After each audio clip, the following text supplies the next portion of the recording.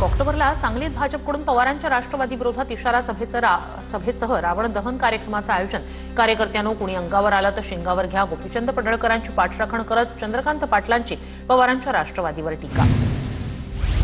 मिटकरी इस्लामपूरमध्ये जे बोलले ते विसरणार का? सांगलीतील मेळाव्यात चंद्रकांत पाटील यांचा कार्यकर्त्यांना सवाल, तर पडळकर जे बोलले ते त्याबाबत फडणवीस गंभीर, चंद्रकांत पाटलांची प्रतिक्रिया। महाराष्ट्रातील स्थानिक स्वराज्य संस्थांच्या निवडणूक प्रभाग रचनेवरील हस्तक्षेपास सुप्रीम कोर्टाचा नकार।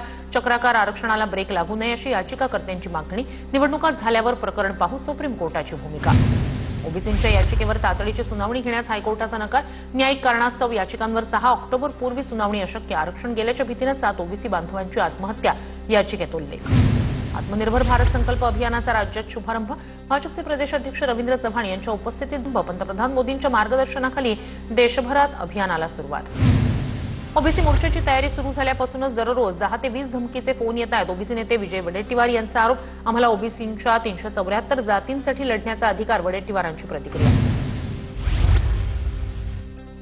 रोहिणी खडसेंचे पती प्रांजल खेवलकरांना पुणे सत्र न्यायालयाकडून जामीन। पुणे पार्टी प्रकरणी खेवलकर होते अटकेत। प्रांजल खेवलकर एकनाथ खडसेंचे जावई। खेवलकरांना 2 महिन्यांपूर्वी झाली होती अटक। समीर वानखेडे बॅड्स ऑफ बॉलिवूड विरोधात दिल्ली हायकोर्टात। नेटफ्लिक्स आणि रेड चिलीज एंटरटेनमेंट विरोधात 2 कोटींची याचिका। पत्राचाळ घोटाळा प्रकरणात आणखी दोघांविरोधात पुरवणी आरोपपत्र दाखल। गुरु आशिष कन्स्ट्रक्शनच्या विरोधात दाखल केलेल्या आरोपपत्रात आणखी 2 नवीन आरोपी, प्रथमेश डेव्हलपर्स, मेहता डेव्हलपर्सचा समावेश। शालार्थ आयडी घोटाळ्यात 30 शिक्षकांच्या चौकशीला अंतरिम स्थगिती। राज्य सरकारला उत्तर सादर करण्याचे हायकोर्टाच्या नागपूर खंडपीठाचे आदेश। तुकाराम मुंढेंना ठाण्यात आणण्याची शासनात हिंमत नाही। हिंमत असेल तर तुकाराम मुंढेंना ठाण्याचं आयुक्त करावं। जितेंद्र आव्हाडांचं राज्य सरकारला आव्हान। महादेवी हत्तीण पुन्हा नांदडी मठात पाठवण्याबाबत ठोस निर्णय नाही। हायपॉवर कमिटीसमोर सुनावणी पूर्ण। वनतारा आणि नांदडी मठाला पुढच्या 7 दिवसात एकत्र अर्ज दाखल करण्याच्या समितीच्या सूचना।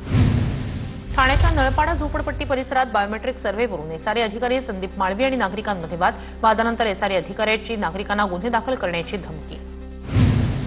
सिंधुदुर्गच्या दोडा मार्गमध्ये कोल्हापूर बेळगाव महामार्गावर कार जाळली। कार जाळपोळ प्रकरणी नगराध्यक्ष आणि भाजप तालुकाध्यक्षांसह 4 जणांची पोलिसांकडून चौकशी। कारमध्ये गोमांस असल्याच्या संशयावरून कार जाळल्याचा अंदाज।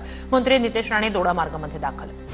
शिंदेंच्या युवा सेनेचे पालघर जिल्हा प्रमुख सौरभ आप्पा विरोधात बोईसर पोलीस ठाण्यात गुन्हा दाखल। मंत्रालयात नोकरीचं आश्वासन देत तरुणाकडून 2,20,000 उकळल्याप्रकरणी गुन्हा।